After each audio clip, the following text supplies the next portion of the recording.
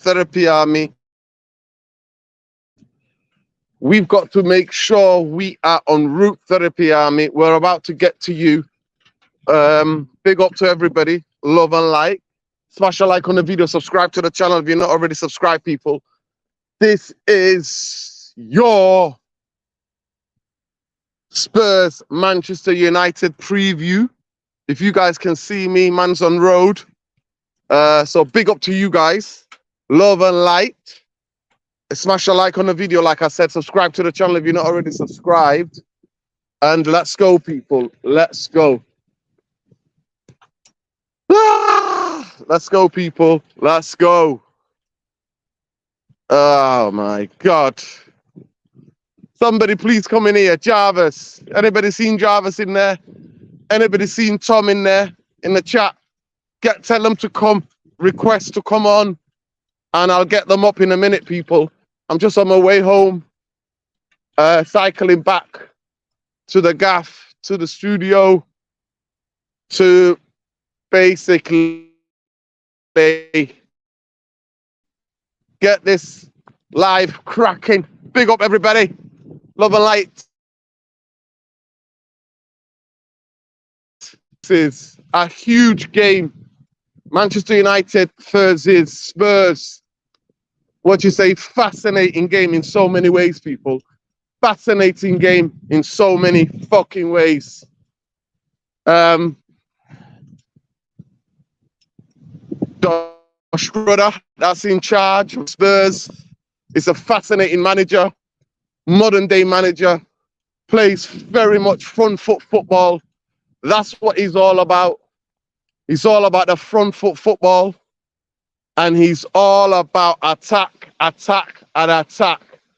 And you saw Spurs against, you saw, then it mashed up there, people. You saw Spurs against,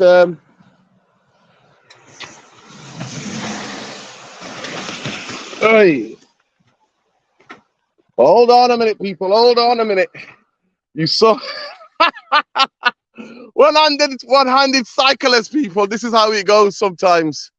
You saw the way they played against Brentford. Very, very good. Obviously, the way we played last Monday was crazy. Manchester United got bullied right, left, and centre. And now you got the media. You got the likes of Jamie Carragher and that coming out saying Casemiro's done out here. I don't think Casemiro's done out here, but Casemiro needs fucking help.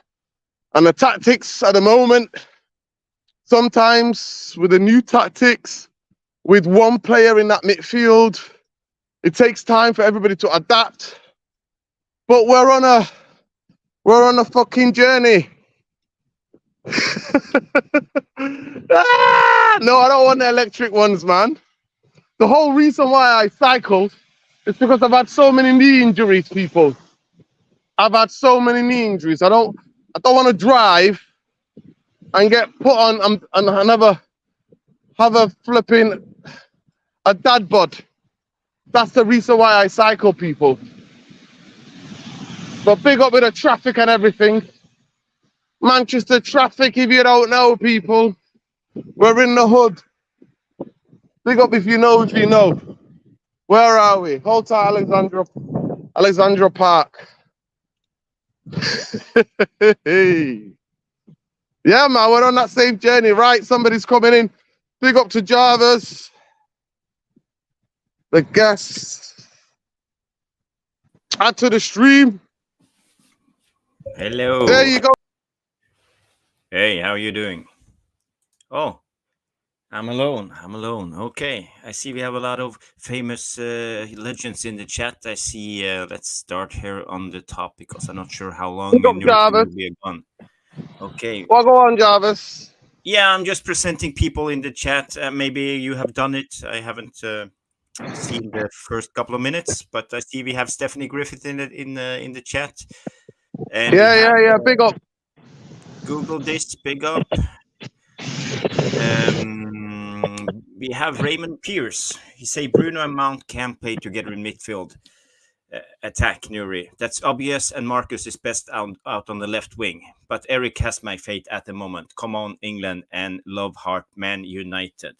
So, yeah, I agree with that statement, Raymond Pierce. It looks like Mount and Bruno can't play together at the moment because they're both too similar in their way of play, and they're too high. They're not disciplined enough to help out Casemiro with the defensive play and also with the build-up play. So, yeah, good point there, Raymond Pierce. Stephanie Griffin says we have 10 likes. So come on, people, let's start this stream with a lot of likes. And we have, let's see, we have the mixed bag with NII. He says, big ups, Nuruddin. So Nuruddin is on his bike on his way home. So just give him a couple of minutes and we will be here, both of us. Stephanie Griffith says, cycle carefully. Yeah, people should cycle, especially in the dark. Use lights and always wear a helmet, especially when you are in the big city. Okay, let's see. We have a lot of people here. We have a news from Alpha Kenny Buddy. He says Manchester United's plan to bring back Mason Greenwood include listening to football pundits, politicians, and journalists and categorize if they would be hostile or supportive. That's from The Athletic. So when it comes to the Greenwood, yeah, I think that's actually very correct, because when it comes to Man United, I think the Athletic report that came out surprised Man United, and they had to react. So they had to make a statement. They made the statement really fast. I don't think they had much time. So let's see what's going to happen with that. For me, myself, I'm a little bit on the fence, because I want all the facts and I want the details before I can make up my mind, because we don't know much. We have some of the details, the horrible audios and the pictures, but I think there's more into this case than that, because it didn't go to court. So let's see what's going to happen. We have Mateus in the house. He says, big up Jarvis.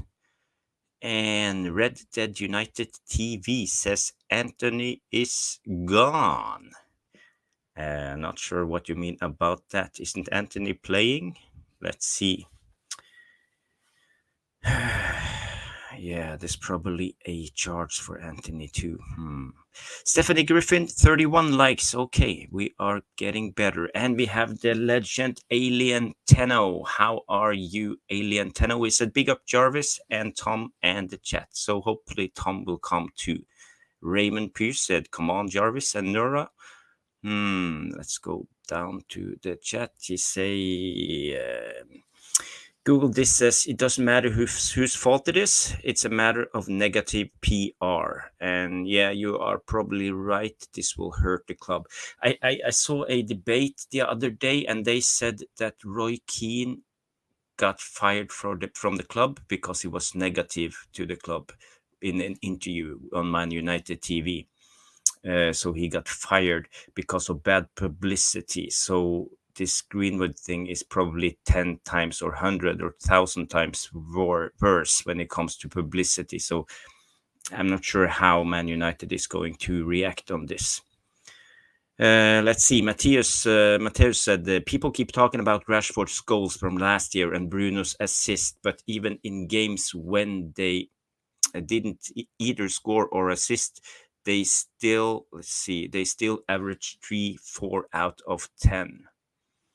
Yeah, they do. They have good work. Bruno at least has a good work rate, and I like him even though he doesn't assist and score. I think within the Ten Hag system, Bruno isn't as free as he's used to, as he was under Ole. So he's a little bit restricted as I see it. So and we doesn't get as much penalties as we did under Ole. So the tally from Bruno isn't as it was for a couple of seasons ago. Let's see. Yimika says, hi Jarvis and Nuruddin. If Ten Hag starts Mount tomorrow, my head is gone. Yeah, I see Mount got a lot of negative publicity after the last game. It was a bad game from him. But I think it's a matter of discipline from Mount, and I think Ten Hag will address that. I think he will try to speak to Mason Mount, so he will be more defensive in a way, and help Casemiro in this. Okay, we have Alpha Kennybody. It says, just in, representatives of Gabriela Cavallin, I'm not sure who is that, Antony's ex-partner, okay, are preparing a complaint against Antony for domestic violence.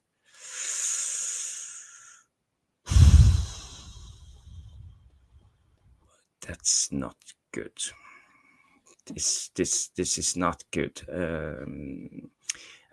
Do we have any more info on that, or is it just an accusement? Because I heard something about it happened when Antony was playing for Man United in England, so it wasn't a possibility. But I don't know.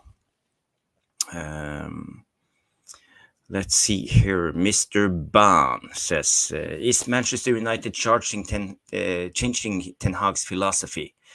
How can he be happy with this squad? Yeah, I think Ten Hag is being more pragmatic at the moment. You know, he's trying probably to play a little bit more on the counter. I would suspect that Ten Hag in his best team will play more possessive based and in a way grind the opposition team down with more patience and shift the play around.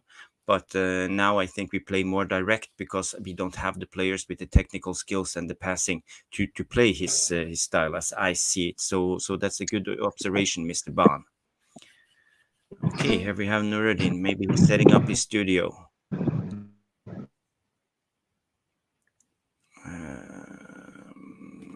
Yeah, Matteo says, I'm just saying, Jarvis, the overall performance aren't good enough to win major trophies. Yeah, I can agree about that at the moment because, yeah, it's not good enough. But give it a little bit time. I trust Ten Hag. What I don't trust is the players. So I just want to give him a little bit more time before I make up my mind and make a judgment. Big up, people. How we doing? Yeah, Can you all hear me now? Yeah. I'm big up. Thank you for the patience. Sorry. Can we please give a big? Can we big up Jarvis, please? Big up Jarvis for stepping in and doing what he's doing, people. Big up my brethren, Jarvis, man. Yeah, man. Sometimes I have no perspective of time. My time awareness is not that great, people. Honestly, it is what it is. But big up to you, man. Big up to you all. At the moment, we are covering Alpha Kenny Buddy says there's a new case with charges against Antony. So we're talking a little bit about the Antony case. At the moment, Alpha Kenny says there's a 70-page document from Gabriela's representatives gather evidence of abuse, behavior, and aggressive carryout by Antony. So it doesn't sound good at the moment. Wow, that's crazy. Listen, we're going to be getting into, I'm just going to set up in there. We're going to get into Ten Hag's.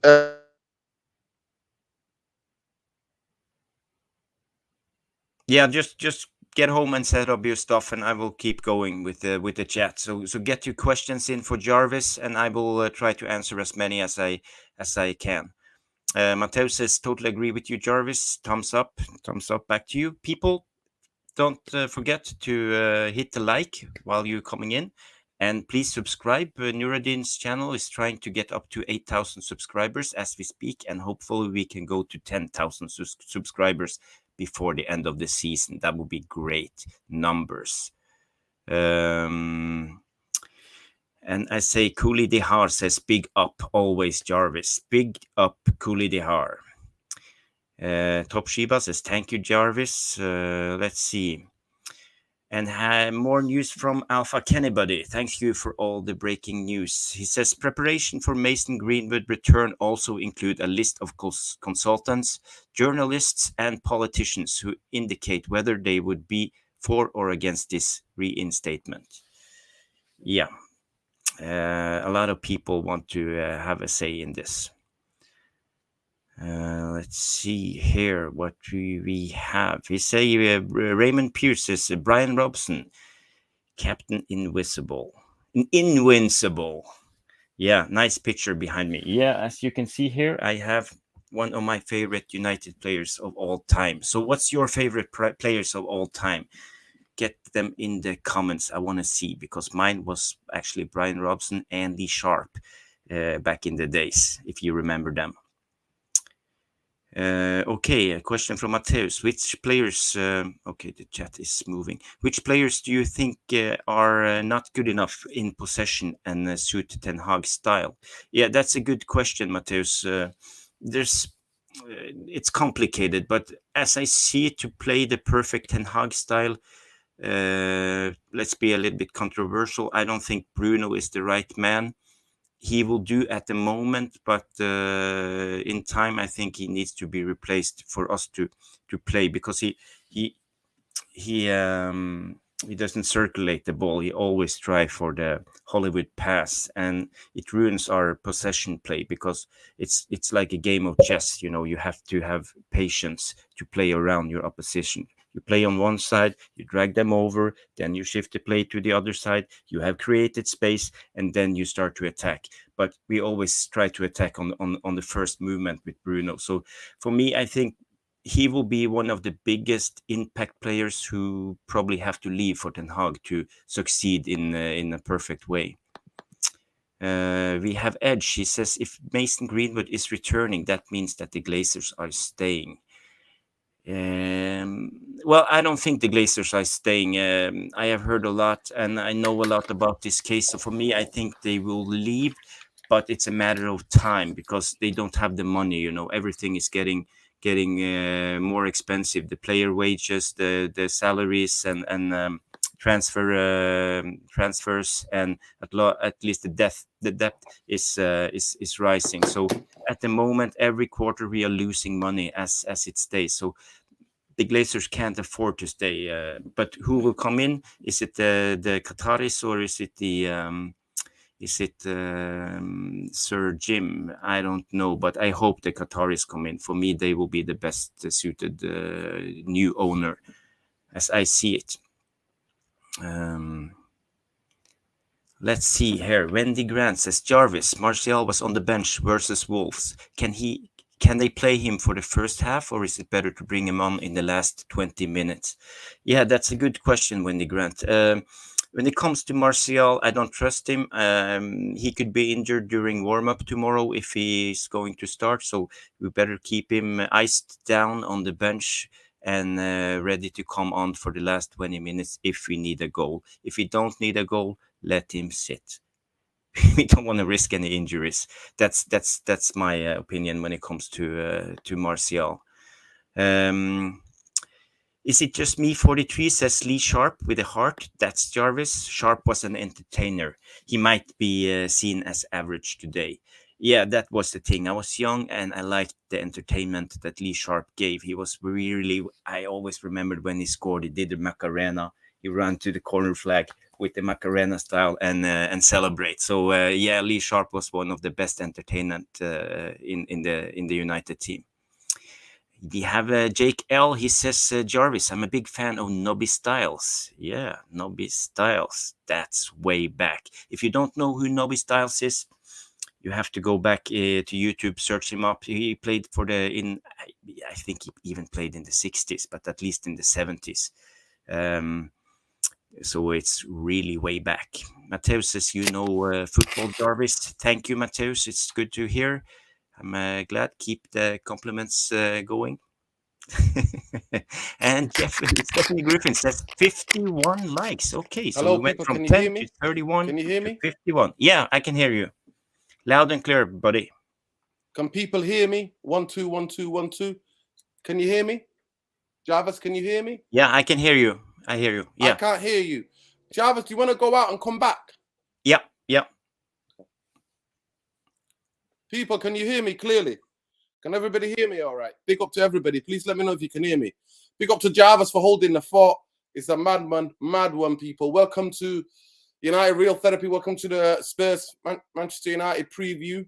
We're going to get into it. We've got a lot of things to get into. But big up to everybody that's out here. Big up to Alfie Kennedy for the... Yes, brother? Okay. Can you hear me now? Yeah. Okay. I can hear you clearly. You can hear me clearly as well, yeah? Yep. Loud and clear. Stephanie says, I hear you loud and clear, Nuruddin. Thumbs up. Big up, people.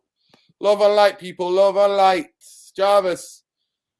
Manchester United is that comedy club, and it's the comedy club that keeps giving. We never run out of comedians in our football club. There's always comedy. Always. And we're gonna come up so we'll let you know what's on the menu tonight. What we're gonna be feasting on, people. Let's let you know what's on the menu tonight. But the latest news, the far as I'm concerned or heard, was that Maguire wasn't on the bus to go to London. He's definitely not on there. But coming up on today, we're going to be talking about, me and Jarvis are going to be chopping it up, thinking, will the players turn up? We're going to be talking about Mr. 11. The situation is what is unmasking the clowns that run the football club. We're going to get hopefully some quotes from the Ten Hag embargoed presser. Obviously, and then we'll come up to where the Glazers games are continue, because it's coming out now. The Qatar are saying they've not heard anything from the Glazers, and it is what it is, people. It is what it is. Yeah, it is what it is. So, did you see Ten Hag's presser? Yeah. I found it on YouTube, but I only saw it was 7 minutes. Was it a short presser this time, or was it longer? He does two. You know that he does the first one, then the second one. And I'm now going to look on Twitter to try to find the quotes from the second part of that presser. Mm-hmm. So we'll see what he says. Yeah, so people asked about Casemiro, and the question was Ten Hag. Casemiro exposed against Wolves, and Ten Hag saying, I didn't see it that way, but definitely a new midfielder. We can, but he's definitely a new midfielder. We have improved in this area, and we have to improve. So I agree on that. I think he's talking about Mason Mount. So somebody's talking about Mason and Bruno attacking. He's basically saying, they asked Casemiro exposed against Wolves. He said, I didn't see it that way, but he's definitely a new midfielder. I think he's talking about Mason Mount. We can, and we have to improve in this area, and we have to improve. So I agree on that. Ten Hag, I've been here for a year. I know exactly from what I expect from a centre-half. Maguire can do it. I told you many times before, he has the ability to do it, and now so now he has to show it. So he's talking about that. That's what he's talking about. Mm-hmm.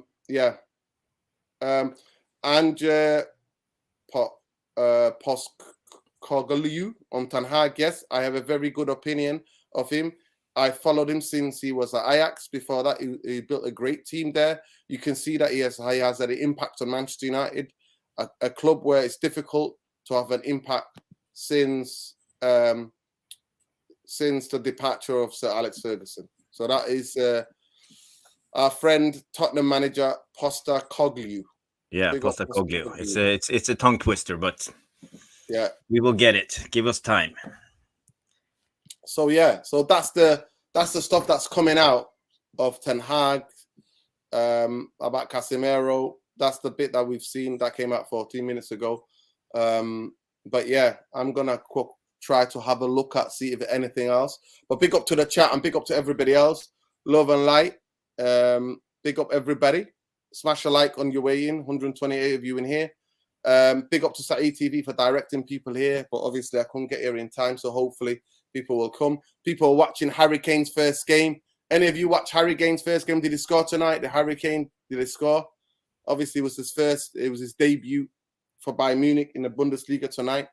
How are we doing, people?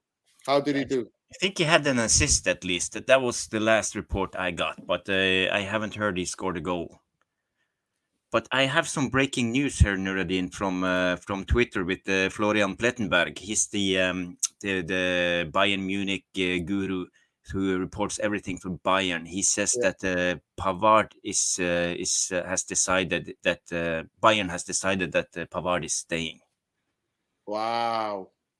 And that's Florian Plettenberg. He 29 minutes ago, and he's usually really Accurate. accurate. Yeah, man. Big up everybody. So apparently Maguire didn't go on the bus to London, but Ten Hag did say, and the club did confirm that he's staying.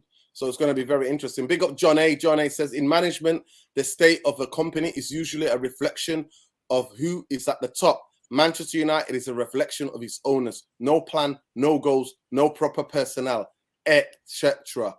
That is probably one of the best super chats I've had in a long, long time. And I think, is that Sweden? Is that Sweden? Yes. Swedish kroner. Yeah. Big up Swedish krona. John A, smash, big up to you, bro. I've been saying that for a long time. I always say it. My saying is, fish always rots from the head. And I'm not. And at the end of the day, when it comes to the Glazers, the football structure, this football club is 100-0. 100 with 2 zeros. 100 to Nuruddin, 0 to the Glazers and everybody at this football club in terms of the people who are in charge. They're absolute clowns. When I tell you they're clowns, some of you think, oh, he's just chilling, I get time. Because nobody wants to think, I understand that. Nobody wants to think anything bad of their football club. But the clowns are there. The way they've treated them, the Mason Greenwood situation is, to me, is the biggest window, is the veil. It's like they've just got literally, they're in the room, they've closed all the doors, they've closed all the blinds, and that situation has just unmasked everything, because it shows you they have no clue. They're contradicting themselves. It's unbelievable, the handling of the situation. Unbelievable, people. And if you're keeping close eye on it, like I said, we've all had our personal opinion about this, so we're not going to keep going on about it. But Jarvis, please talk to me about the handling of this Mason situation. Yeah, it's terrible. You know, how many months has it been? And we know what happened with the audio tapes. We have seen the pictures. We know what happened in court. It was dismissed. So, or the prosecution didn't want to go to court. So we have basically, there's nothing new in this case. So Man United has the facts. They have talked to Mason Greenwood. They have talked to the victim. So it should be an opportunity for them to make a decision faster than how long has it been? 1 year, 6 months. It's been a while. So and you know, it's very negative because the fan base are fighting each other over this. And some people want Mason Greenwood back. Someone believes that the law has seen him as a free man, so he can do whatever he wants. And some people say we hate abusers and stuff like that. So it's very, what do you call it when it's on the outer rims on both sides? Yeah. Sorry, Jarvis. Say that bit again. Yeah. The fan base are killing each other because of It's a civil war. It's a civil war. Yeah, basically. It's a civil war. Divided fan base. Yeah.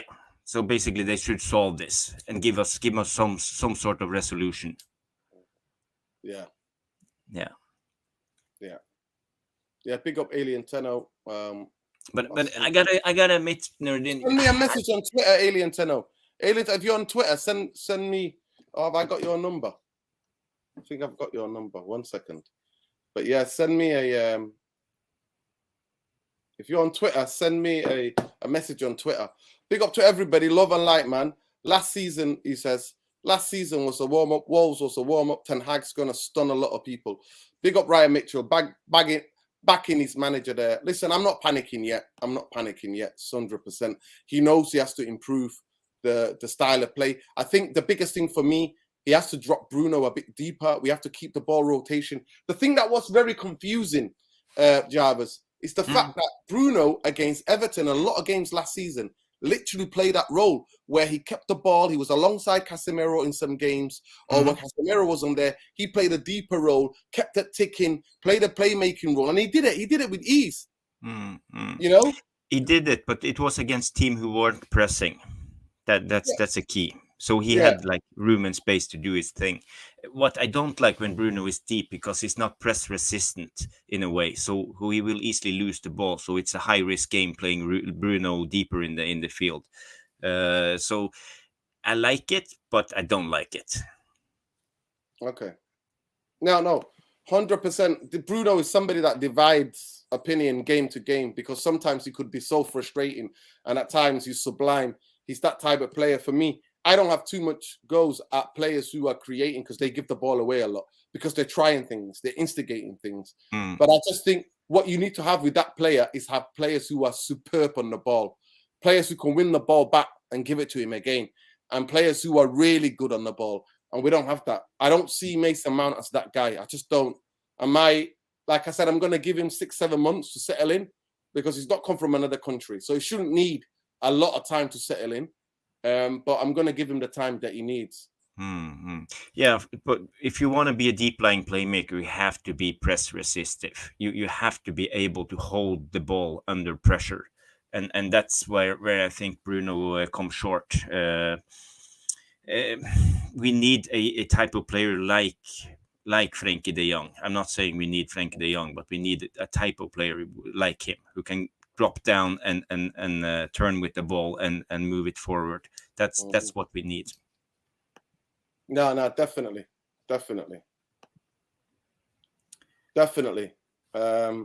It's the type of things that, for me, I think I genuinely do think Bruno sometimes can keep the ball, and I think he can put his body in front. He's quite clever putting his body in front, but I think that he's too worried, like, to always hit that final pass. And I think the way that we're going to get into the tactics in a minute, how Spurs play, the types of style that football that Spurs played against Brentford, we'll get into that and we'll break it down for you guys. But it's going to be a very fascinating game on Monday. I'll be shocked if it's 0-0. I think it's going to be a high-scoring game. I don't know about you. I think it's going to be if Spurs stick to that high press and go halfway line against Manchester United with Rashford and likes of Garnacho and Antony and these type of players, we just got to finish. We got to be able to finish. The only way we can't score is to not be able to finish, because Spurs are going to be aggressive. But the other way, Spurs are going to be like having 4 or 5. They're going to be trying to overload our box. They can score. Maddison is a very good creator. I'm going to save these 2 quotes and come back into it, because I want to come back into the Mason Greenwood thing, because I really want to get on with a preview in the game. So big up, love and light to my people. Big up to everybody. Love and light. We're going to go into it. But Jarvis, how are you? How's family? Is it getting dark? Hey, it's dark. Yeah, it's dark outside. Give a shout out, man. Give a shout out. Behind Jarvis is dark. 2 months ago, it was daylight.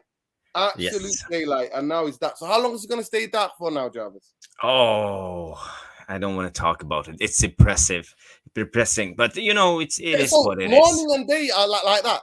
Yeah. Well, now it's like regular. Now it's like you have it in Manchester. You know, but give it a couple of months and it will get darker really early. So from morning to night, it's the same. Today it's the same. But you know, when we come to the dark part of winter, in the December and January, it's 24-hour darkness. We have a little bit of dusk, half an hour, 1 hour that day. So if you want to see the Northern Lights, it's perfect. That is crazy. Did you hear that, people? That be crazy. Yeah. Wow. Yeah. Wow, Jarvis. I see crazy. Stephanie Griffith says it's 67 likes. So people get your likes up. Hit the like button for Nuruddin. He was riding his bicycle as fast as he could through the rain in Manchester for you guys. So it's worth a like. Yeah. Alien, where did I send you the link? Alien Tenno, please remind me. Where did I send you the thing? Where did I send you the link from? Alien Alien Tunnel, remind me. Was it on Twitter? Tag me in or something on Twitter so I can send you the link. Yeah, or send me a message. I will send you the link. Send Jarvis. Bowley 77. Yeah, Bowley 77. And Mr. Structure, that guy, Red Devil. But yeah, we're going to come back to those comments. I just want to go into a little bit into what we have been experiencing in terms of about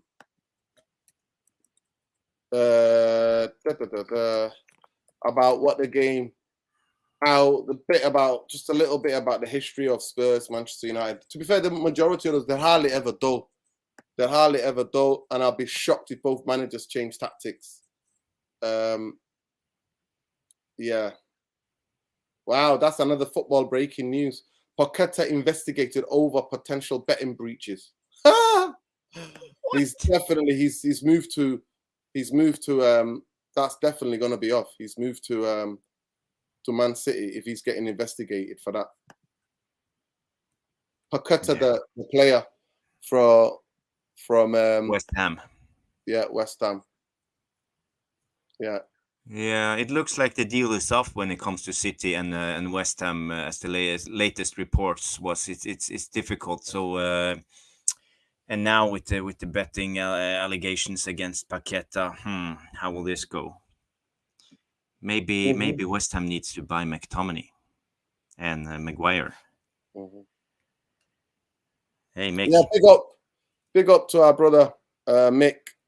MUFC Realist TV, love, hated, adored, but never ignored. Yeah, we're always there, to be fair. But then, to be fair, yeah, maybe that's to me, the biggest thing about Manchester United as a football club. We like the amount of energy and time and money we spend on PR. If we just spent half of that money and energy and time to sorting out the football club, this channel will not exist. Because I'll be like, yeah, the Glazers are doing a great job. That's what I'll be saying. I'll be saying that. Yeah. I'll be saying that. So, so did you hear the latest rumors on the sale process? Tom sent me an update. Did you read that? Yeah. I read that. It's Glazers playing games, isn't it? You know. Yeah. Glazers playing games. But basically, they're not communicating with any of the bidders. Yeah. So, as usual with the Glazers, they're not communicating with the fan base. They're not communicating with their buyers or bidders. I think they just want people to forget they even ever said that the club was for sale. I think that's what it is. I think they want people to forget. What? 9 months of what? Oh yeah, no, we didn't mean it. Yeah, they're not like I stand by it. I don't think they're gonna listen. They're gonna need an investment. They definitely need investment, but I don't know if they're gonna sell fully. If it's gonna be a full sale, but they definitely need investment. I know that for a fact. Yeah. There you go, Alien Tunnel. You're gonna have to give me your number. Stay behind after the thing, so you give me your number, so I'll send you the link. No problem. Listen, let's get into it. Let's get into it, people. Spurs. There we go. In terms of what's happening, let's get into it. Tottenham defender Chris Romeo has been past fit. Romeo has been past fit after being forced off with a head injury against Brentford. I think he had some sort of concussion. Bentancur and Fraser Foster, Brian Gill, Ryan Sexagon still sidelined. Manchester United expected to have Lissandro Martinez available despite him going off with a calf sort of half-time against Wolves with a tendon thing. They remain without Tom Heaton, Rasmus Highland, Malacia, Kobe, Ahmad Diallo. Yeah, that's what we remain. Head-to-head in terms of Tottenham's only victory in their last 9 league games against Manchester United was a 6-1 away in October 2020. Don't ever remind me. The Red Devils have won twice and drawn. The Red Devils have won twice and drawn twice at the Tottenham Hotspur Stadium. They and Liverpool are the only sides yet to lose in a Premier League match there. Manchester United, total of 39 wins in 62 Premier League matches against Spurs is a joint record for the most victories against an opponent in the competition, matching United's tally against Everton. In terms of Spurs won't be the first. Won their first 5 league fixtures at home last season, but recorded just 7 victories in the remaining 14 at the Tottenham Hotspur Stadium. Their solitary home draw came against Manchester United. They lost 8 of their 10 matches last season against teams that finished in the top 5 of the table, only picking up a point in the matches versus the 2 Manchester clubs. They beat. They beat clubs 1 versus Manchester City and 2-2 against Manchester United. Yeah, so they beat City and they drew with us. Spurs have conceded at least twice in their 25th of their 30 Premier League games since the start of the last season, second only to Nottingham Forest, who've done so on 22 occasions.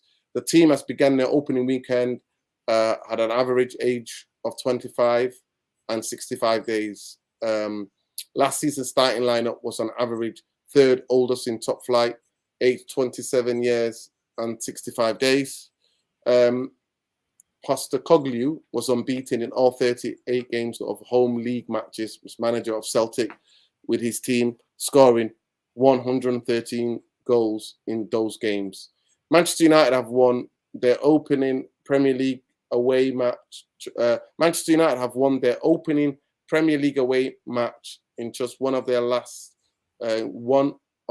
5 seasons, beating Brighton 3-2 in 2022. They're aiming to win their opening 2 league fixtures for the first time since 2018 season under Jose Mourinho. The Red Devils have lost 8 Premier League games. Is Alien Tenno still in the waiting? Let me just see. There he is. Let's get him up. Let's get him up here. Right, Alien, you stay there, pal. You stay there. Big up to you, right? So it says that they're aiming to win their opening league fixture for the first time to 2018 under Jose Mourinho. The Red Devils have lost 8 Premier League away matches in 2022-23, equaling the club record. Their solitary point they have earned out of possible 24 away last season against the teams who finished in the top 9 came at 2-2 draw against Tottenham. United are in danger of losing their opening away league fixtures in a consecutive season for the first time since 1980-81, 81-82. Their first match on the road last term ended 4-0 away defeat to Brentford. The Red Devils have just won 1 of their last 9 top fixtures in London. They have avoided defeat in each of their previous 13 matches in the capital. So there you go, people. Recently, everywhere we go, we get battered. We get battered everywhere we go. We get battered everywhere we go. We're getting battered right, left, and centre, especially against the top 9 teams in the league, people. But big up Alien Tenno and big up Earthfan for joining us. Alien Tenno, how are you? How are you, fella? Good to see you the other day. I was on that protest mode, and I was on that finding that kid a ticket. But big up to you. How you doing, fella? I'm all right. No, then got a slight lag again because I'm on my phone, so I still haven't sorted it yet. But hey, big up Noradin, big up Jarvis, big up Earthfan. Yep. First time getting there. We're in the shit, boys, aren't we? We're a fucking shambles. It's just a shambles, isn't it? I mean, we went from 3 weeks ago to having Big O to in the mud. Literally in the mud again. Antony's getting done for sex crimes or whatever you want to call them. You got Mason Greenwood going on. You got the Glazers fucking being puppeteers, pulling everyone's strings. Yeah, we've got 2 midfielders who run round like Bill and Ben, Mount and Bruno. And Spurs are looking at us, waiting to go. Don't bother pulling your pants down because we're going to do it for you, bitches. Because Noradin used that at the game like me against Wolves. You seen that big polo mint we had in the midfield, that big hole. You seen Luke Shaw, who I keep banging on about, drifting into the midfield all the time, leaving a big space on the left. And when we play against a top-class team who have eye-tacking wingers, we are going to be, if you pardon the pun, crucified. Get ready for the 7-0. It's coming. Yeah. Wow. Right. So the only thing we can do is play Mount, not Mount, sorry, is Casemiro, McTominay, and Bruno. Yeah. Yeah, big up. Because if we play Bruno, I told you when I first came on your stream, playing that Mount was a bum signing. Yeah. It was going to buy that bum for 63 million. Listen, we all feel like that, but we can't be jumping the gun too early, man. He needs to settle. He needs to get used to the football a little bit. It's a new club. It's a new way of playing. He has to get used to that. But I'm not going to judge him on one game. I think Sorry. I genuinely think tactics are not helping. This fucking guy has been at Chelsea since he was 8. Which part of he needs integrating into the Prem? Seriously, he's no good. He's shit. Get Amrabat. In fact, Partey's Mount now for Amrabat. Serious, I'm being serious. Because if Casemiro gets injured, and you've seen how leggy Casemiro was against Wolves. Yeah, 100%. He needs help. He needs help. He can't just be left alone in the midfield by himself. At the end of the day, I think the tactics are not helping. But listen, let me get to Irfan. Irf, how you doing, bro? How's good to see the photos and the videos of the festival? Looks like you smashed it. No, I wouldn't say that. I mean, look, you know, we went to it because it moved spaces. It was a 5-hour drive to Dorset. I just wanted to see what it was like. You know, I didn't have great expectations, so we just chatted because I was going to come on, but I was just so tired because we drove back at midnight. We didn't get home till 5 a.m, and you know, you're driving on A roads in England at the middle of the night. You know, it's a tough. You got to really concentrate. So I just felt it's taken me 3-4 days to recover from that, you know. And obviously when you go to a festival, you walk like 50, 60,000 steps a day. It's quite a big site. So I don't like to do festivals very often. I'm not really a festival person, mainly because of the sanitation conditions and that, you know. I don't mind camping, but it's the rest of that I'm not crazy about. But, you know, we did, it was an experience to see, you know, 10,000 people there. So I'm glad I'm back, to tell you the truth. I prefer the quiet life, to be honest with you. Yeah. Listen, it's different football teams, different football clubs, but big up to you. So, Irfan, talk to me about, did you watch the game? Yeah, I mean, I really wanted to get on the Wolves games. I really wanted to get on. I was just tired, but I just couldn't believe how shit we were. I swear to God. Well, I could believe it. I knew there's a chance we're going to be weak because I told you, like, when we were talking about, you know, him buying Mason Mount, and I was like, you know, like everyone's saying it's on Ten Hag, and I was saying to you, I said, Nuruddin, can you explain to me how this guy could be the first signing of all the players we needed to buy? How come this guy was first? Explain that one to me. And I kept thinking, and everyone kept saying, "Oh, it's Ten Hag's 10 signing, Ten Hag's 10 signing." And I was like, really? He thinks this guy's going to solve his midfield problems or bolster that midfield? I was completely lost. But Irf, don't you think it's also a tactical problem, the way that he's been used? Yeah, no, listen. You're giving, when you say it's a tactical issue, you're giving this guy the benefit of the doubt. Don't get me wrong, you are, you know, but I'm not really going to give him the benefit of the doubt yet, because at the end of the day, right, when you're a good player, it doesn't matter. You're right. You're not going to get the best out of you when you're playing out of position, but fight and desire, that's irrespective of position. You know, you give everything when you play. Right. And I was told that this guy was going to give everything for Man United because he's got an engine that will run all day long. And I watched pretty much all the preseason. I stayed up to the ridiculous hours to watch the preseason, and I saw nothing from this guy. I saw nothing. I saw him ghosting in the games, and then I saw him when he had a chance. He fluffed his lines. You know, he had a chance to score.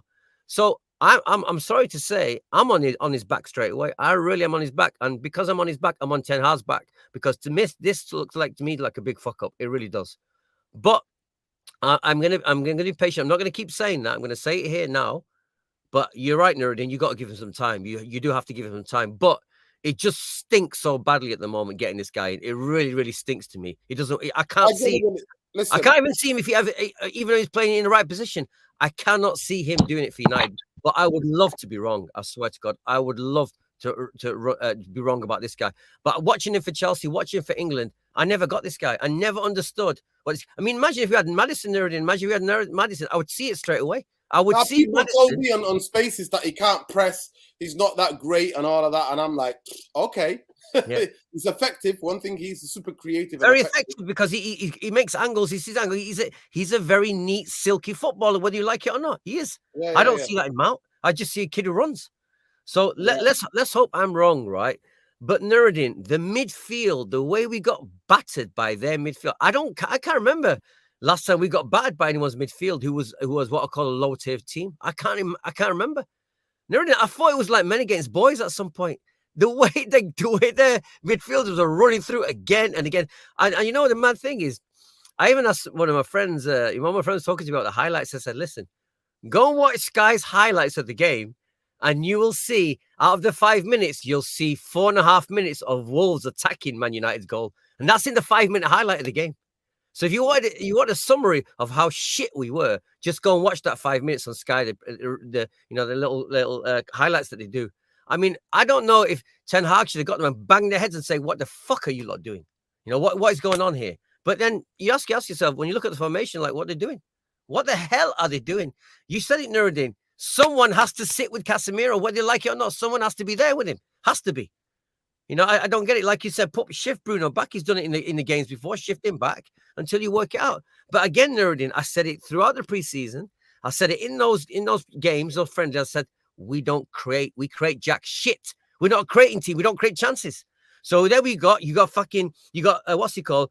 Rashford running down all the rabbit holes. I mean, sometimes I think there's 50 rabbit holes on the left side of the pitch, and he'll find a way of running into every single one at a different time. He's a fucking king rabbit hole runner. I don't understand. He don't even lock up. He doesn't engage and think, okay, I've got no one with me. I do feel for him because he hasn't got the number 9 there to support him. But bro, you just got to hold the ball and wait for someone to make some moves with you. You can't keep running down that wing and you lose the ball all the time. You end up looking silly.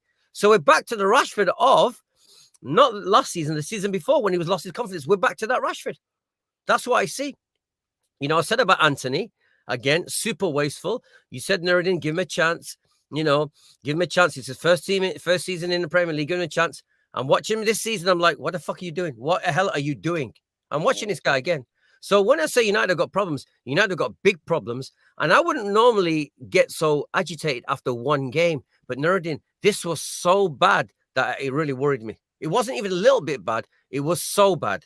So I'm like, wow. And then you've got the shit going on behind the scenes with no sale of the club. You got this craziness with Mason Greenwood. I mean, someone said about, you know, if Amazon made a documentary about Man United, listen, it wouldn't be a 5-part series. It'd be 25-part series, and it'd still have enough juice to keip going.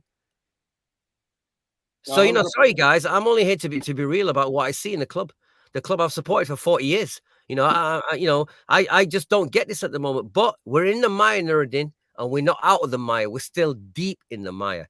Much as people, we hope every season that, oh, we're going to make a little progress. We're going to climb up a little bit. We're going to get more solid. Are we fuck? We're a long way off that. And like I said, if we play like we did against Wolves, against Spurs, we're going to get beat. I don't know if we're going to get battered, but we're going to get beat. You know, we're going to get beat. So can I just say this? Yep. To back her fan up, Eric Ten Hag is suffering from second season syndrome, like every other manager under the Glazers. Yeah, Eric Ten Hag is a dead man walking. Her fan knows that. You know that, Nuruddin. Jarvis, I don't know. But he's done. Eric Ten Hag is cooked. If he makes Christmas, I'll be very surprised. Because if the sale doesn't go through and we don't get any more signings coming in, he's got no chance. He's literally done. Yeah, big up. Listen, let me go to my brother Lesso Football TV. Big up to you, brother. We talked about it. I think you were on the watch along. Big up to everybody, by the way. Smash a like on the video. Subscribe to the channel if you're not already subscribed. I just want to get your feeling, what you're feeling about the Spurs game, what you're feeling about the Mason Mount. Are you hopeful? And then we're going to get into the tactics and the setup. Man UFC Realist TV, if you're watching, I've sent you the link, so jump on if you want to jump on. Sorry, my phone's been bloody playing up. I've got a bit of the audio of Eric Ten Hag's Zimbabwe Part 2 section. I'm going to play it in the audio of it. I'll play some of that so you can hear it. Big up to everybody. But go ahead, Lesso. How are you feeling about Spurs tomorrow, bro? Big up to the panel, by the way. Man, I'm very much I'm 50-50 with it. You know, it depends on the lineup, on what he decides to do. You know, if we have a situation where he plays both Mount and Bruno, and then he plays Casemiro as well. They definitely gonna tear through our midfield again, and the way Basuma and they've been playing for Tottenham in the previous game, definitely though it's a guaranteed victory for Tottenham if we play that way. So I'm thinking he might actually, hopefully this time he reacts a lot more faster than last season. In terms of the first two games that we played in the beginning of last season, and he rectifies this quickly, because now I think we're at the point where that midfield is very much imbalanced. Us bringing in Mount imbalanced that midfield further. We actually, if you look back, last season we actually had a better balanced midfield. He found a better balanced midfield, and then he actually undid all of his work this season with the Mount signing. So it's a situation like that. So I feel like we're not gonna sell McTominay. With the way the transfers are going, I don't think we're gonna sell him. Personally, I think he will be used right now as an important player, because now he's one of the few guys who can actually step into that midfield three and balance it. As much as we don't like it, but it is what it is. We're in this situation because of the ownership. So I mean, we have to show up the midfield and make sure that Spurs do not tear us one in within the midfield. And I'm personally, I think it's gonna be either a draw or Spurs winning. I don't personally see us winning that unless our performance all round drastically improves. We still don't have Højlund up front.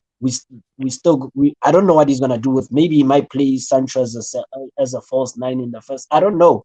So Ten Hag has a way, maybe sometimes where he can address something very quickly, and there's times where he's a little bit hard-headed.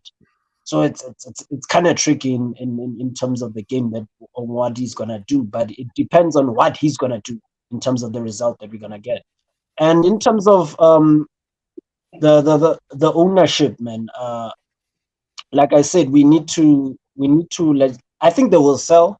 Like Jarvis has said before, before I joined into the show, I think they will sell. It's just a matter of time, and they're just dragging this as much as they can, and they're milking it. The Glazers, this is what they've been doing since they've been here. So I'm not too worried about the sale. I think he'll get that sorted out. Okay, well, I'm worried about it because I think Glazers are playing games. If they wanted to sell, they would have sold a lot earlier. But big up to you, brother. Big up Mickey. Big up Mick Ruby, Man UFC Realist TV in the house. Big up. Hey, it's been a while. It's been a hot minute. Yeah. Big up, man. Big up. Talk to me. How what you did been? you think about Monday? Are you worried about Spurs tomorrow? Oh no, I'm not worried. I'm not worried. It's a Skippy's kangaroo, like Angie Postecoglou. Come on, I know. All I can say, I thought about the whole Monday thing, and we had a therapy session, me and Jarvis, in our channel as well. And first game of the season, if I look back to how we started against Brighton. How we started, Ten Hag's first game, we lost 4-1, right? So I take that as a point, and I know form will come. I can understand that everyone is critical for the way we play, but at the end of the day, I thought to myself, is it 3 points that I'm after, or is it the performance? At the end of the day, I pick the 3 points to be real, yeah, because I know the form will come. Yeah, I know the form will come. Yeah, no, definitely. For me, I think it was too many factors. I didn't just think of one thing for me. I thought it was too many factors. But what worried me and what was worrying was the physicality, the aggression, and intensity. Yeah. And I always when people tell me what's Ten Hag's style of football, is he leaves man on man. Majority of times is man on man. That's what we go for. That's why we get smashed when the players are not on it. We get smashed because you have to play with the physicality, intensity, and aggression. And if these three are not in the game, Manchester United players do not have any plan B to fall back to so that we don't get battered. They follow the game plan, and if the game plan doesn't work, they stay with it. Is still with plan A. Plan B is plan A. Plan C is plan A. Plan D is plan A. And that to me, that's what worries me, because I think tactically you have to be flexible, especially when you're dealing with a squad that's very unbalanced, that's failed for a decade. You have to be flexible in terms of the tactics of what you said. I don't think it's Mason Mount. I don't think it's one player. Our fan base likes to pick on one player, we love to make scapegoat one player. True. We also love to, more than any fan bases, I think we all also love to kind of praise and kind of evangelicalize like one player and go, he's the savior. We love a savior and we love to throw somebody under the bus. That's one thing. But that's not because of the Glazer ownership, the frustrations, and all of the things that have been going on, the toxicity, which comes down from the ownership into the fan base. Yeah. I can agree what you're saying there, Nura, because I also listened to what Irfan was saying and what Peter was saying, Alien Tenno as well. Like, it kind of reminded me a little bit of the Oligon and Social donut hole. Like, it was not existent. So that gave me an indication you cannot play Mason Mount and Bruno and leave Casemiro disposed. He got caught out in the middle. Luke Shaw was pinned back. We had Onana first time playing at Old Trafford. We didn't play that high line that I was expected, because still we were playing that old ball. Like, the fullbacks was kind of pinned back towards the goalpost, protecting like it was De Gea. That was what I saw as well. But yeah, you're right. Like, we have the right to be criticizing the team. We have the right to criticize performance. But for me, I'm just happy, stoked that we got 3 points. And am I worried about tomorrow? No, I'm not. Because knowing that Ten Hag, you got a point there, Nura, because Ten Hag also said after his post-match interview, nobody followed his rules and principles. That's what he said. Yeah, no, 100%. I can see it within the first 5 minutes of being in the stadium. You can see it, but not physically. And that's what worries me, because I'm like, damn, they look short. And I talked about it last season, and my biggest criticism of Ten Hag was him going for 4 trophies with 12 players, 13 players throughout all of that, especially in a World Cup year where we're playing every 3 days. So for me, I saw that against when the season before, when Liverpool went for the 4 trophies, the quadruple, and then the dip was huge in the second season because of the energy and the tiredness can follow you into the next season. I look at players like Luke Shaw, totally off it. Casemiro, obviously, it takes him. We all understand that it takes him 4 or 5 games to get into the speed of the Premier League, and we've seen what we've seen with Rashford. But the biggest thing is what it is. For me, I just look at the other players; they're not putting in the output and the physicality. And actually, what worried me wasn't the chances we creating. That we faced 23 shots.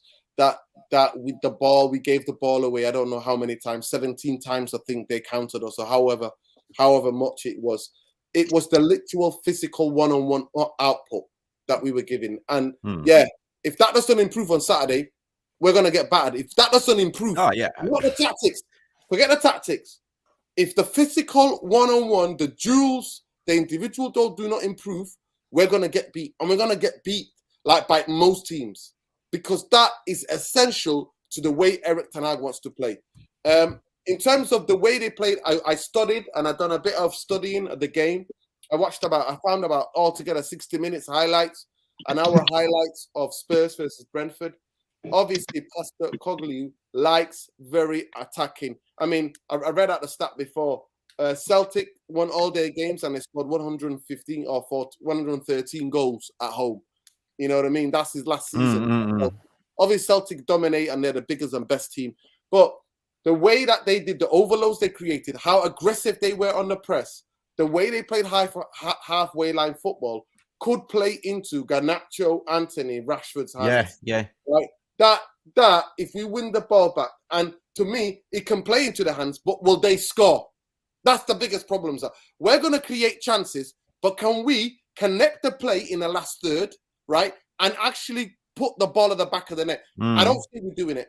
And I don't know. You're right. They play a very high line. They do play a very high line under Postecoglou. Well, that's what we're going to find out tomorrow. We're going to find out if Postecoglou is going to give the Spurs fans an awakening. Man United could go there. If Man United are on it, we could go there and win 3 or 4-0. You know what, Noradin? Sorry. Someone, first of all, wants to tell Garnacho that he's not CR7 because his incessant step of his just lead him down a blind alley. He's become a predictable. Yeah, it happens with a lot of young players, Neil Tenno. A lot of young players in their first season or their breakout time, they literally come into it and they do the thing and they think that's what's going to work. What they don't understand, young players, is that defenders and teams will study them, know which way they go, know their little bits of like the way they are on the ball, And that's why, as a young player, he needs to be coached to add more string to his bow. He needs to have other things, different ways that he goes. And he can't be as predictable as he was last season in his breakout season. But the biggest thing for me is that I can see Manchester United winning this comfortably if they have the physical intensity, the aggression, and if they play with that, they win the one-on-one duels. But on the other hand, we could concede as well. So it's going to be a very interesting game. I'll be shocked that I say here right here and now. If this game's not a high-scoring game, then the players are a joke because there's going to be opportunities and chances. Unless both managers go slightly defensive. If Postecoglou says, okay, first game at the Tottenham Stadium, I'm not going to get embarrassed. I don't want to get booed. The crowd are already on the, sad moping around because they lost Harry Kane, the guy that stayed there far too long for his own tournament. So he might change it. But if both teams don't change it and they both go for it, Jarvis, we're in for a game. Jarvis. Go ahead, mate. No, I want to pass it to Jarvis because Jarvis mentioned something very interesting in terms of research, the PR tour, right? Because the amount of flying time that the players experience and playing on AstroTurf, which is very toxic for your joints and ligaments, might be one of the reasons also why they were a little bit leggy, first off. But I'm going to come to you because what you're saying about Postecoglou, yes, he plays a very high line, 100% he does. But that leaves him very exposed to the back, right, for counterattacking. Now, would you think that he will jinx it? Because he knows that, okay, we got Rashford on the break. He's one of the best on the break, in the whole Premier League. Depends on how you're playing. You got Antony on the break as well. You got a lot of fast, pacey player at Manchester United.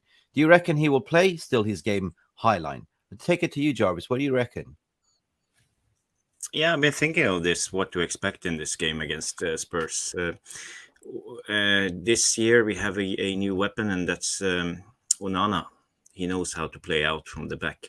Yeah. Ten Hag, he plays, when we attack, he plays, everybody talks about the 3-1-6 formation or the 3-1-3-3 or whatever you want to call it. But when you're building up the play, you basically have three people and Casemiro is coming down.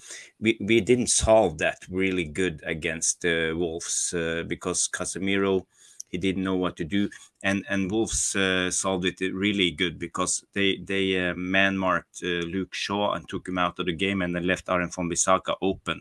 So they forced us to play on Aaron Wan-Bissaka, and as soon as he got the ball, they pushed two men against him. So he was under pressure. So we didn't manage to build up under pressure. They were like luring us into a trap.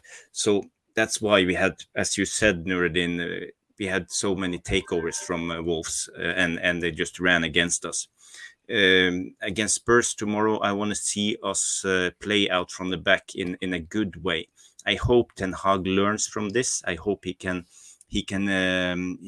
tweak his build-up play in a little bit better way.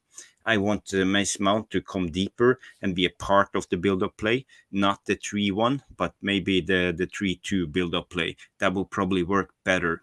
I'm not sure if Mason Mount is the right man, but at least we have to try something because Casemiro is not mobile enough to move enough to be open so he can receive the ball. You saw it again and again when Martinez had the ball. He was just standing on the ball because he had no one to play to. Yeah, statues. It was all around the people around us watching the game at Old Trafford. We all have they all turned into statues. We were making jokes about statues. Yeah. Stood, 7 players just stood still where people are in front of them, and they were very clever in the way they actually cut out the passing lanes. Wolves. We Wolves are a bogey team. So when people were predicting 4-0, 5-0, I was like, you're having a laugh. This is not going to be one of those games. If you know the history of Manchester United and Wolves since they've come back in the Premier League, it's by the odd goal. It's by the odd goal. So in terms of who they are, and obviously to me, the way they played against us, if they go down, then they're a disgrace. They're an absolute disgrace to their football club and to the fan base because they should have more than enough quality. The way Nunes and Gomez bullied us in midfield with Lamina was unbelievable. Matthias, what a baller he is, Matthias Nunes. But someone else in the chat is called McRuby. That's me. No, someone else. That's me. No, it's mix on both. You see, you can do both. I was saying about Nunes, like what a player, but a shame he doesn't have the end product. He looked like a prime, what do you call it? Weghorst. He had so many chances, but he misses. Oh, not realistic. Sorry. I don't think it was as bad as that, but I see what you're saying. I don't think it was as bad as Weghorst, but I mean, No, Mick, but- I mean, when are we gonna ask you a question? When are we gonna play so badly at home and get a win like that? Do you think that's ever gonna happen again this season? No, that's it. No. That's it. You just that's take. what I'm saying. This is why I don't get the confidence people have. I said I'm Yeah, worried. I'm well, worried. I'm listen. really worried. How did you feel like last season when we got battered by 4-1 with Brighton? Opening Ten Hag game. Was it? 2-1. We got beat by Brighton. Was it? No, it wasn't 4-1. It was 2-1. Now Brentford 2-1, yeah. 4-0. Brentford 4-0. Brighton was 2-1. Yeah. Okay. Oh yeah. Sorry, yeah, you're right. So I take this like as a compliment. Like, okay, it was a learning curve. Knowing the gaffer. Yeah. It is a fact for you, Reds. Yeah. On his 2 games at Old Trafford so far, he's been lobbed from the halfway line and UFC'd a Wolves player. Just Say that saying. Say that again. He's been lobbed in the first 2 games. It was saying Ellen was saying that He he's got lobbed lobbed. from the halfway line and he's Yeah. UFC'd someone. Yeah. Yeah. He did. A Wolves player. Yeah. That to me was the biggest penalty I've ever seen. I And I know. couldn't believe it. That's What what I- I mean. Again, crazy. That's what I mean. I think we've To be used fair, all our though, luck to be of the fair, season in to one be game. fair, listen, to be fair, exactly the same thing happened last season. Wolves versus Leeds. The Wolves goalkeeper cleaned out exactly the same way. Cleaned out the Leeds player, and the referee waved it on. Yeah. But gents, can I ask a question? Who do you think is the danger man? Who should we watch out for? It's got to be Son, hasn't it? Oh, so it's Madison and Son, 100%. It's got to be those two. Yeah. Listen, Kulakevsky, I can't say his name properly. Kulakevsky, Mason Mount, and Son. But Son got taken off. Watching the highlights of that game, he got taken off in the second half, and he's the captain. So I don't know if he's injured. He doesn't say anything in the preview that all the notes that I read about the game, it's nothing on there. But yeah, no, Nunes is one of the best ball carriers I've seen in a long time. Yeah, brilliant ball carrier. He looks like a baller. But I was so impressed with Gomez. But in the game, what do I think? What do I envisage? I think the first goal is important. I think if Manchester United get it, I think we're going to counter them. I think we just have to make sure in the last third we connect. The other big worrying thing for me is that our players do not connect in the last third. We don't. So many opportunities. I think we won 7 or 8 turnovers in the last third. So the pressing worked, especially in the first half. The pressing worked. Then what happened was that the passing, it's like nobody. We win the ball back and then we lose it straight away. And we have to take care of that. Have to take care of that. Listen, smash a like and subscribe to the channel if you're not already subscribed. You watch Richarlison tomorrow have a baller against us. Listen, Right. I'm going to say, no, he looked terrible against Brentford. Absolutely terrible. I'll tell you who the danger man is tomorrow. I tell you what, Michael Oliver. Fuck me. Oh, might see Michael Oliver tomorrow. Yeah. Watch out, Casemiro. No. Oh shit! Yeah, I didn't. Yeah. realize. All we need is a Marin in the VR room, and we have complete a brace. Listen, I mean, I just want to go to a couple of these comments that are coming out. I was going to play it, but I don't want the channel getting reported, even though you can play audio. But I just wanted to go to what he's saying about Manu. It's really interesting what he's saying about Manu Ten Hag, and he's like coming out now, protecting the club where we need a fucking midfield player. But here's Ten Hag doing what every fucking manager does at this fucking football club by protecting Murta and fucking Arnold and via fucking Glazers. So here he goes. So were you telling me an 18-year-old fucking player is ready to step into fucking Casemiro? No, he's not. No, he's fucking not. You don't rely on 18 but fucking. Nerdy, what's he supposed to say? Oh, hang on, guys. You know why we're not? You know why I've not got any new players because we haven't got any money. Do you think he's going to say that? Come on. Yes, you can say that. Other managers say it. I need a cover. In that. Is he really going to say? He said it already, Irfan. I'm sorry to say, but he said it already. He said it last year in the preseason. He said all these kids are not ready. I need players. No, Nuruddin. I said, is he going to say the club owners have got no money? Is he actually going to say that? No, he should say that this is what I need. I need another midfield player. It's fucking delusion, honestly. I don't. Anyway, guys, nice to meet you all, but I gotta go because this dickhead is actually at the game tomorrow. All right. No. He gets to sleep. 8 o'clock start, so Are you peace, love. Tomorrow, Daily Internal. Yeah, I'm there tomorrow. Yeah. How long does it drive? 4 hours. 4.5, 5 hours. 4.5 hours, yeah. So, Oh my God. Well, just for laters, you, boys. just for all right, you, all the best, yeah. Alien, they Take have care, to win, bro. Alien, good to see you, mate. Yeah. For F me, they have to win just for him. 4.5 hours trip, to London. Yeah. Yeah. It's easy on the coach, though. It's nice and gentle on the coach. It's easy, It's gentle. Yeah, but on the way, it's a killer. On the way back, especially when you lose. When you so win, wait a everybody's... second. So the game's at 5:30. He'll be out of there by 7:30. So he might be home by midnight, 12:30. Yeah. The 1 o'clock latest. Leaving at what time is he going to leave? Around what? 7:30 to 8. Yeah. So 12:30, 1 o'clock, 1:30 latest to be home. Yeah, it's crazy. It's crazy. Listen, I don't want to make this long, but tactically, I'll go to you quickly, Lesso. How do we beat Spurs? Obviously, if they play the high line, we can catch them. But can we connect? The problem is, can Manchester United connect? Can we connect? I think what we're gonna do, judging by if they playing a high line, I think we're gonna play the ball over the top type of football. That's what I think we're gonna do, because we did that. I remember, if I remember correctly, with Ole, with Cristiano Ronaldo, and we did play a lot of the ball over the top. We didn't actually play the ball on the ground majority of that game. So I think because they do press high, we eliminate that by actually not I would say countering mistakes and making sure that we make as little mistakes as possible. So trying to play the ball over the top is a way we beat them. I think since we play Rashford up front, it's kind of obvious that we got, that's the kind of strategy we're gonna go for. So because we have the pace to go in behind the defenders. So I think that's what Ten Hag may go for. I think he will go for the ball, a lot more of the ball over the top type of transitional football where we counter attack more than we actually like hold position. So I think that's the only way you beat a team that actually presses high up. That's how you counter them. You counter them. Do you think he's going to play the same team? Give me your score quickly. Do you think what changes do you think he's going to make? Do you think he's going to play the same team? I think he's gonna make changes. He's gonna make. I don't think he's gonna play the same team after that horror show. I don't think he'll risk that.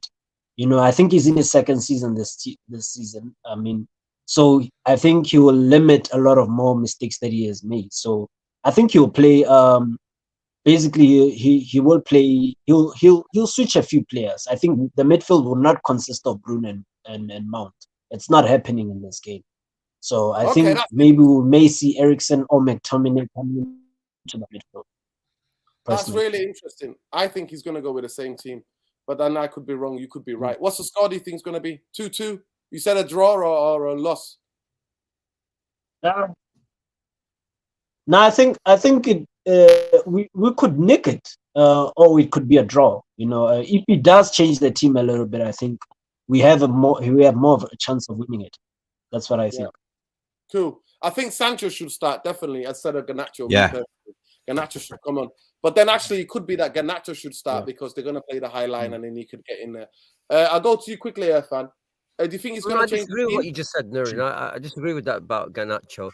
To me, Garnacho's not proved to me yet that he can be a starter. And I think he'll keep him hungrier if he stays as the sub. He's not ready yet. I don't think he's ready yet. And in the preseason, I quite liked Sancho playing a 9. I just saw some things that I quite liked. So, let's see what he does. Let's see what he does. I mean, I don't know whether he's going to stick with the same team. I mean, to be honest with you, can he really stick? I mean, like, if he saw some progress or some moments in that game against Wolves where he could see it clicking into place and, there was a method, etc. But I saw nothing. So I will be shocked if he plays with the same team. But then again, you know what managers are like. When they spent £5 million on a player that's got their name on it, they tend to back the player, so they tend to keep playing him. So I really hope. I mean, again, Nuruddin, he's under big pressure. He's under major pressure. I would put McTominay in. It's an away game. I put McTominay next to Casemiro. I play Bruno ahead of them. I do that. I put Sancho in the 9. Garnacho would be on subs. I'd keep Rashford in there, and and I would have Palestri or get on the right if Antony's not firing. He's the backup there. I that's what I'd stick to, and I hope Garnacho can be the sub as well for Rashford. Maybe if it doesn't work, I can't see any other way, to tell you the truth. Yeah. Big up, Mick. Yeah. He's going to keep the same team. Do you think he's going to go for? He's going to change it up. Yeah, no, I think Irfan, you know Jack, right? First. Wait. Yeah. Irfan, can you hear me? Yeah, I can hear you. Yeah. Do you know Jack? Which Jack? Shit. Good one, Ruby. Mick, good one. No, really, I'm actually thinking the same. I'm singing from the same Spotify hymn sheet like you, actually, to be honest, mate.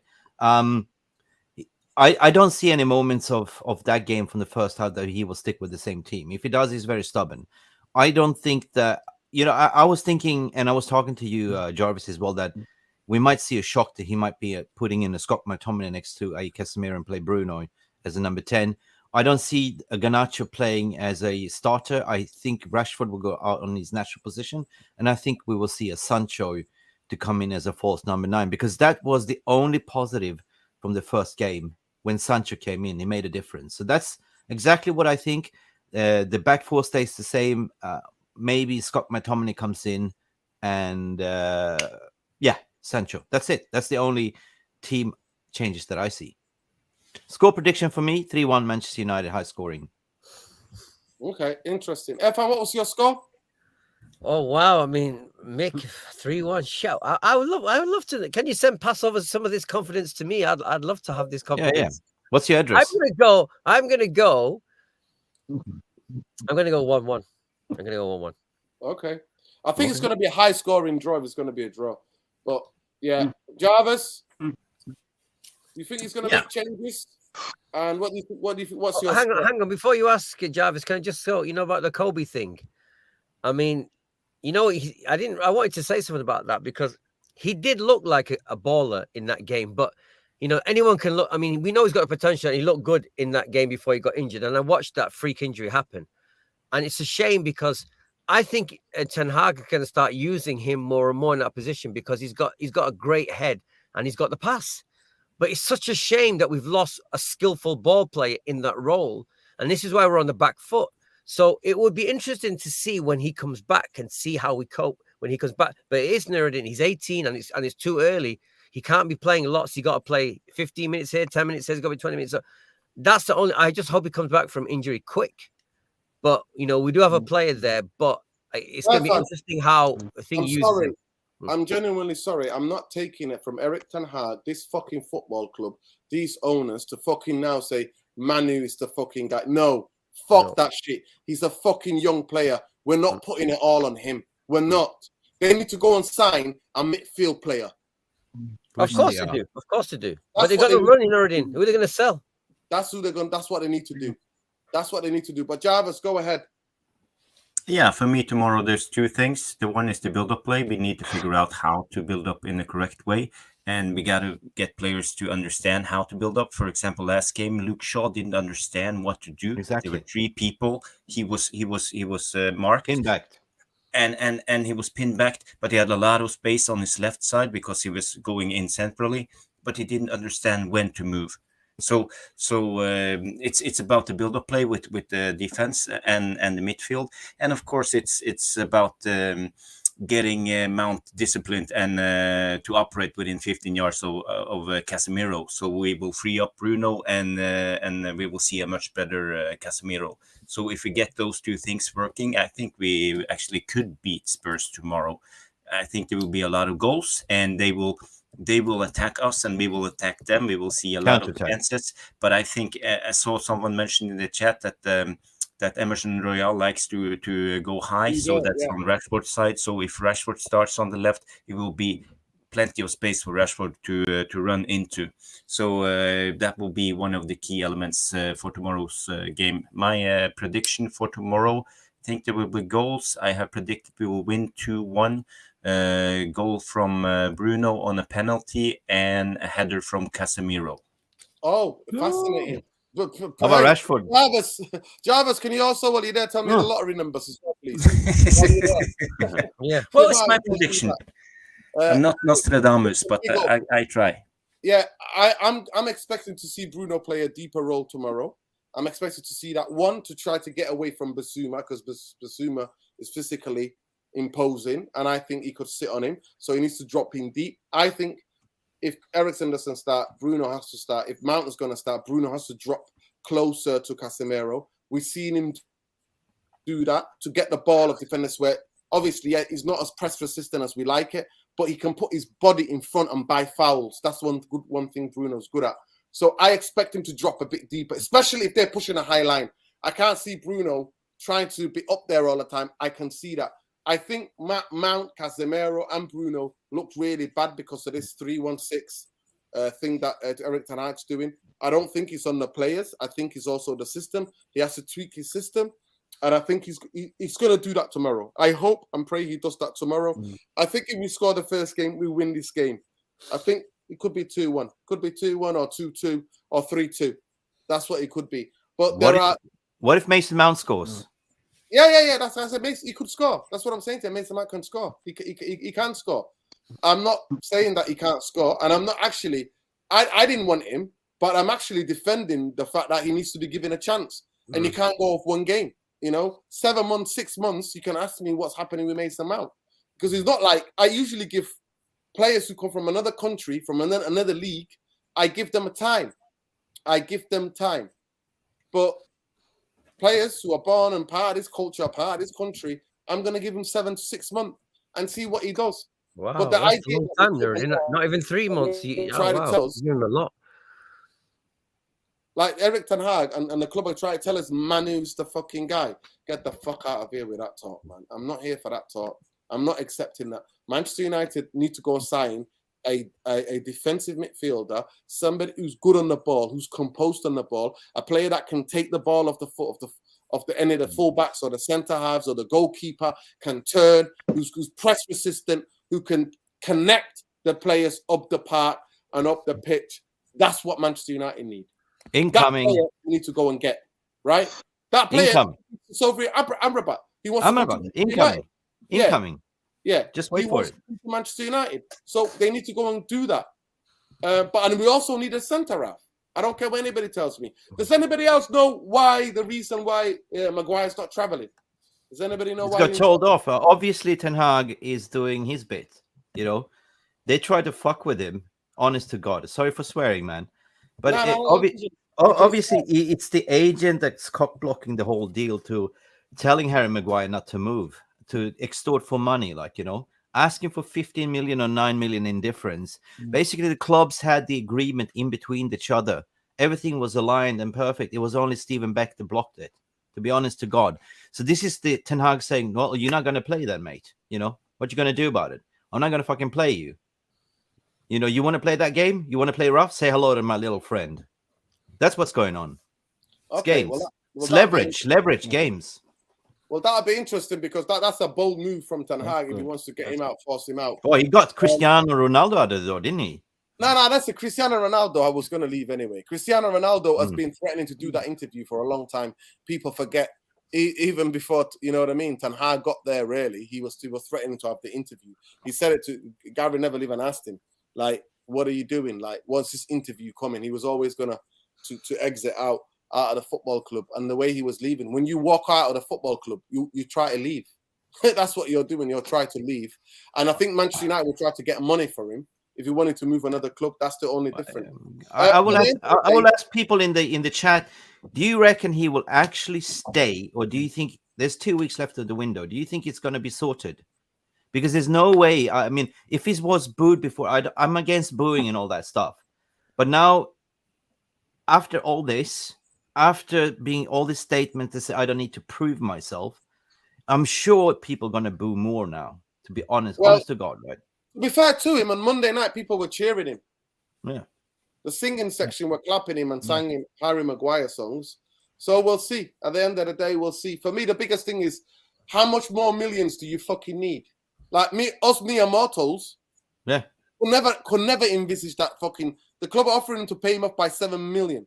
Like, we could never imagine that type of money. And you're not like you're on like 100 quid a week at West Ham. You're on 150 grand at West Ham. But wait a minute, you're a fucking footballer. You should play football, not to sit fucking on the bench. Exactly. No, but listen, don't you think someone like Southgate's going to call him up and say, "Listen, Harry, I don't know what's going on." Right?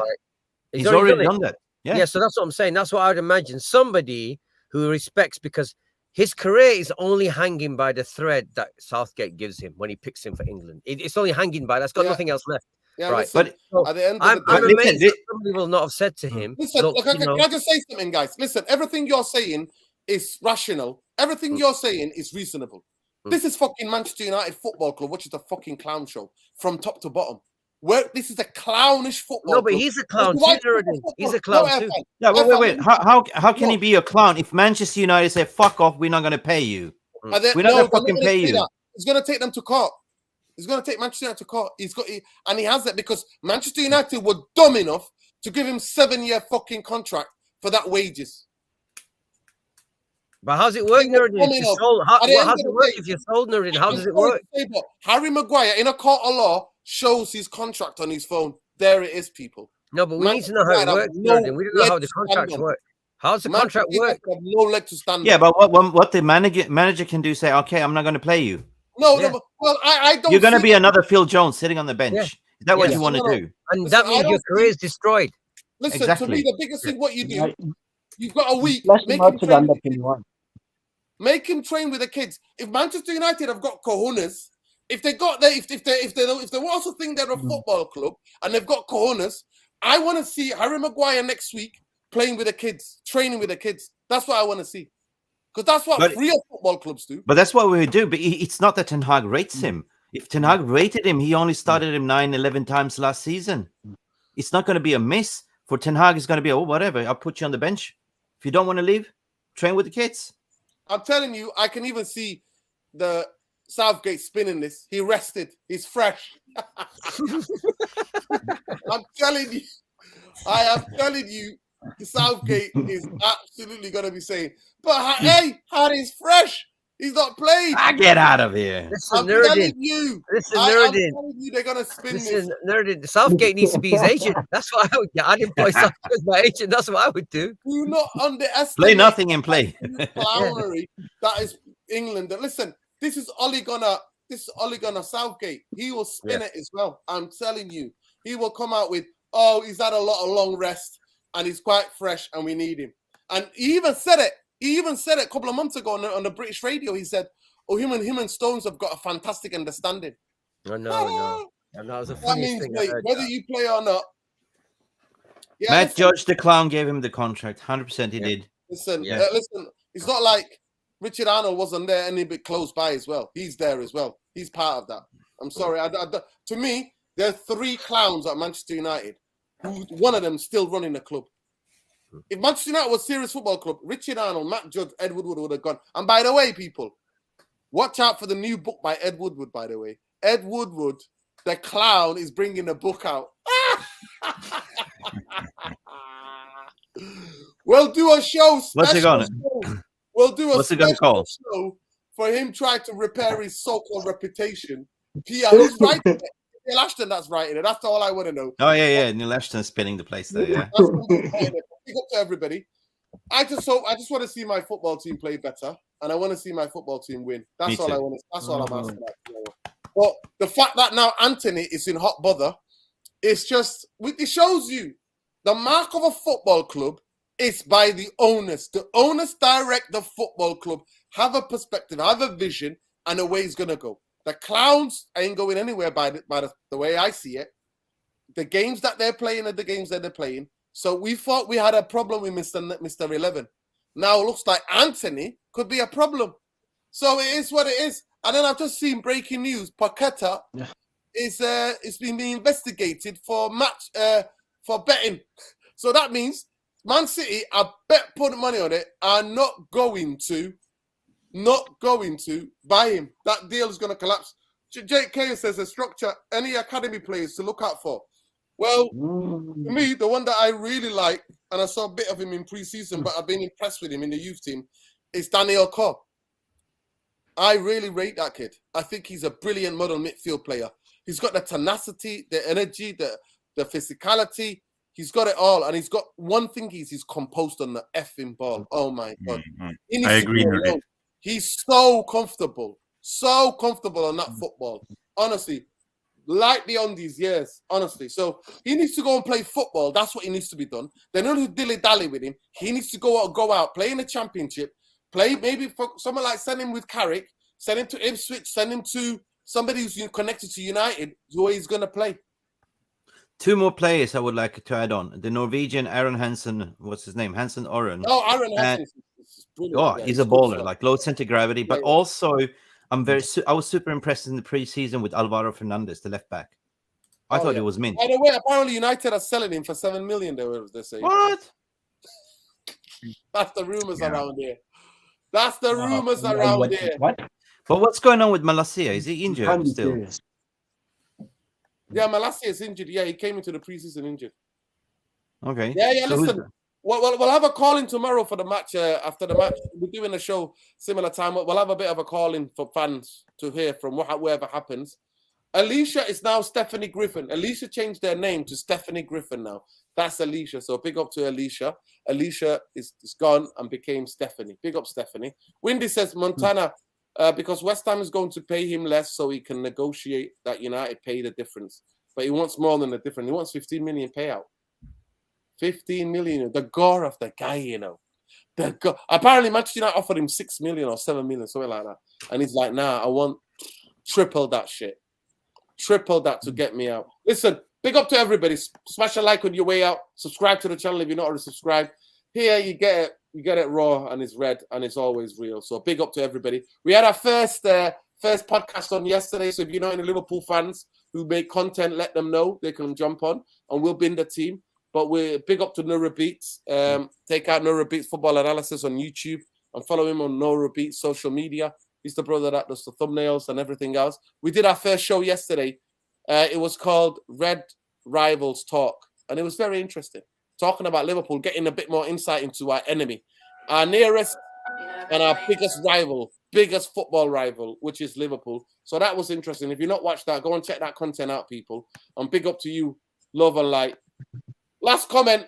So have you got anything else to add? We'll go around.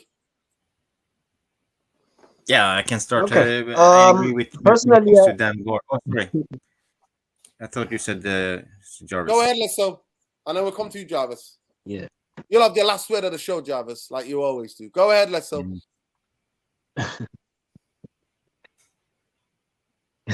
No, personally, I just hope that we pick the right team and the right formation, and we make sure that we play the way we should. And I hope the players have the intensity that we need to actually get through this game, because we won't if we don't play at our ultimate maximum. So that's all I hope for. But we'll see. We'll discuss this, I think, after the game, and that's all we can do at this point. But yeah, big up to the channel. Yeah, big up, bro. Big up and love. Go ahead, Mick. Last word. I agree with my brother saying there today, right? It's game by game, and I don't have any expectations as long as we get those 3 points, right? To get us over the line. Because for me, like in the beginning of the season, to rack up as maximum points as we can, yeah. Because I know the form will come and the style of play will come, and all I want us to do is come in and smash the Spurs, roast the Spurs tomorrow. So yeah, if it's 2-1, 1-0. I'm just happy with the win. That's it. You know. Yeah, 100%. I understand what you're saying, Nick. That we need to just pick up the points, the form, and then get the team to play with each other to get into what Eric Ten Hag's tried to get them to do. Big up Holly Hotspurs. He's a Spurs fan here. Will be an interesting match against up against your. Yay. Yeah, big up, man. Big up. Next time, if you're a content creator, make sure you follow on Twitter. And then if you want to come on and give the Spurs point of view, more than welcome. No problem. We're always here to interact with other fellow football fans to give their stance about their clubs. Irfan, are you there? Irfan looks like he's making his cup of tea, or he's getting his chocolate. He loves his chocolate. He's getting his chocolate. He's going into his dungeon to find the stack of chocolate that is in there. Definitely, that's what he's doing. Jarvis, go ahead. Talk to me. Yeah, tomorrow I think it's important that the experienced players take charge. It's against Spurs. We're going away, so I expect more from Luke Shaw. I expect more from Casemiro, and more from the players who's been around this team for a long while. You know, we can't expect Mason Mount to come in and drag the team over the line. You know, he's new in the team, and we gotta expect more. We can't expect the same from Garnacho. You know, he's trying his best every time, and sometimes he wins, sometimes he loses. That's just the way it is when you're a young player. But Rashford, Casemiro, Luke Shaw, they need to step up to the plate tomorrow. Yeah, 100%. Yeah, 100%. I agree with you. I think those guys have to step up big time. I think, to me, that's what I want to see more than anything. I want to see the intensity, the aggression, the physicality tomorrow. And first, we just got to finish the chances. 100%, we're going to make chances, so we need to finish them. I'll say this: big up to you, man. If you ever want to come on, subscribe to the channel. Send us, follow, and then or link me in a tweet, and then I'll follow you back, and then you can come on and maybe talk about it in a match reaction if you want. But big up to everybody. Yeah, Irfan's on that chocolate thing. I promise you guys, he is a chocoholic. I swear, honestly, he's got this one of the sweetest I ever know. This time of the night, man burying chocolates right left and center. You know what I mean? That's how it is, man. That's Irfan. Willy Wonka's chocolate factory next door. Irfan's chocolate factory. Listen, there you go, people. At Irfan Rainey on Instagram and on Twitter. At Let's So Football TV on YouTube, and you can find him Let's So Football. You can find him on that. You got Mick Ruby there, Mick Ruby and Man UFC Realist TV. Go and check it out.